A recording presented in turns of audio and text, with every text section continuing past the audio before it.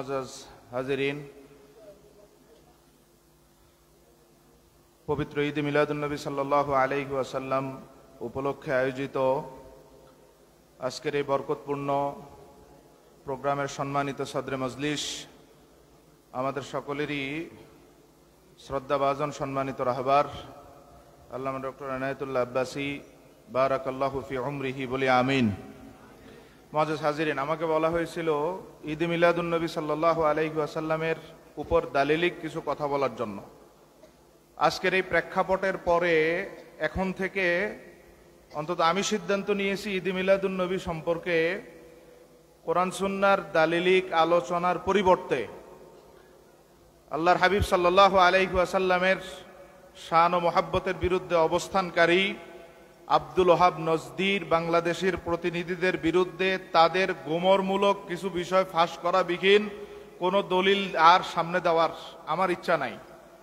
আজকে কিশোরগঞ্জ কুলিয়ারচরে আমাদের একজন ভাই শহীদ হয়েছেন, আজকে কসবাতে 50 জনের মতো ভাই আহত হয়েছেন, আজকে বিজয়নগরে 20 জন ভাইয়ের মতো আহত হয়েছেন।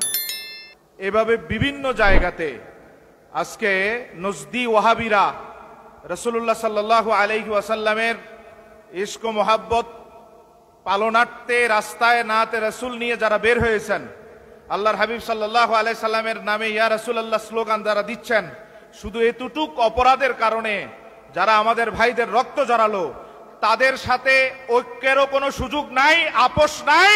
এখন থেকে আমাদের তাদের ভাষাতেই কথা বলতে হবে।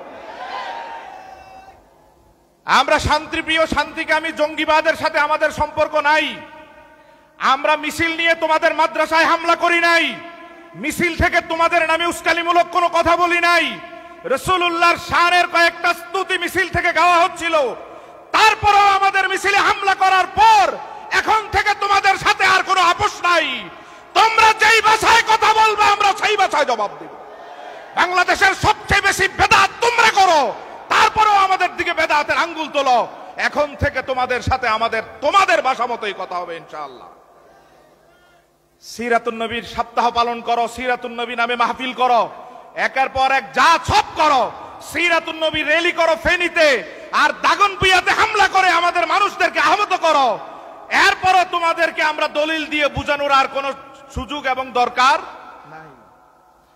বাংলাদেশে সবচেয়ে বড় বেদাত তোমরা করো, আমরা ভালো করে জানি। আহমদ শফী সাহেবের মৃত্যুর পরে খতমে কোরআনের কর্মসূচি তোমরা ঘোষণা দিয়েছিলে। দেখাও কোরআন সুন্নাহ থেকে সাহাবীদের যুগে মাইয়াতকে দাফনের আগে কারা খতমে কোরআন কর্মসূচি কোন সাহাবী পালন করেছে? আহমদ শফী সাহেবের দোয়া অনুষ্ঠান করেছো তোমরা বিভিন্ন জায়গাতে। কোন সাহাবী কারো মৃত্যু পরবর্তী এভাবে স্মরণ সভা এবং দোয়া অনুষ্ঠান করেছিল? একের পর এক তোমরা তোমাদের কর্মসূচি করো, যাতে কোরআন সুন্নাহর কোনো সম্পৃক্ততা নাই, সাহাবীদের যুগে আর কোনো নজির নাই। কিন্তু আমরা মিলাদুন নবী উপলক্ষে রাসূলুল্লাহর নাত অথবা রাসূলুল্লাহ সাল্লাল্লাহু আলাইহি সাল্লামের বিভিন্ন সহিহ হাদিস সম্বলিত অনুষ্ঠান করলে তোমরা আমাদেরকে বেদাতের ট্যাগ লাগাও। অতএব তোমাদের বেদাতের ট্যাগ লাগানোর প্রতি উত্তরে আমাদের আর কোনো দলিল না। এখন তোমাদের এই গোমরগুলো ফাঁস করে আমরা আমাদের কর্মসূচিগুলো ঐক্যবদ্ধভাবে সামনে অগ্রসর করাবো ইনশাআল্লাহ।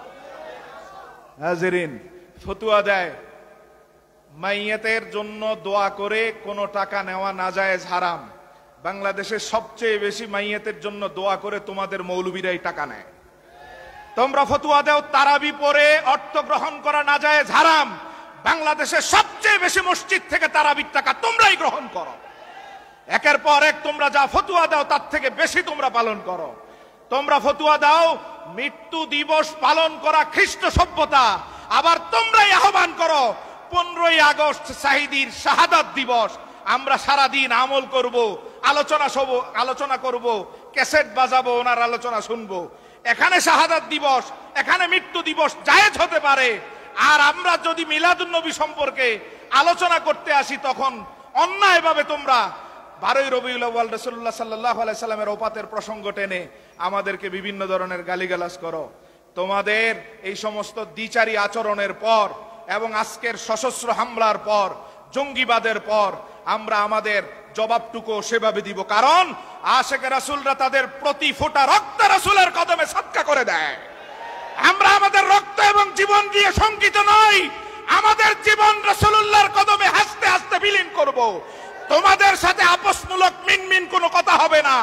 আসো এখন থেকে তোমরা যেই ভাষায় কথা বলবা আমরা সেই ভাষায় জবাব দেব। আমরা অন্যায় করতে রাজি না এবং অন্যায়কে প্রশ্রয় দেই না, এটা আমাদের দুর্বলতা ভেবো না। কারণ আব্দুল ওহাব নজদিরা যখন জঙ্গিবাদ এবং খারিজিবাদ প্রতিষ্ঠা করার জন্য অস্ত্র হাতে তুলে নিয়েছিল, ওসমানী খেলাফতের সুন্নিরা তখন কাউন্টার জবাব দিয়ে তোমাদেরকে এমন ভাবে নস্যাৎ করেছে, আজও পর্যন্ত তোমরা জঙ্গিবাদের রাস্তা ছাড়ো নাই। ওসমানী খেলাফতের সৈনিকরা, সুন্নি সৈনিকরা আগের মতো জবাব দিয়ে আবার ঠিক জায়গায় নিয়ে আসতে পারবে ইনশাআল্লাহ। হাজেরিন, আল্লাহ সুবহানাহু ওয়া তাআলা আমাদেরকে কবুল করুক। ঈদে মিলাদুন নবী সাল্লাল্লাহু আলাইহি ওয়াসাল্লাম সম্পৃক্ত আসলে তাদের বেদাতের খতরাগুলো নিয়ে আসছিলাম, যেগুলো একের পর এক তুলে ধরবো। হুজুর মূল্যবান নসিহত করবেন, এখন আমাদের আলোচনার সময় নয়।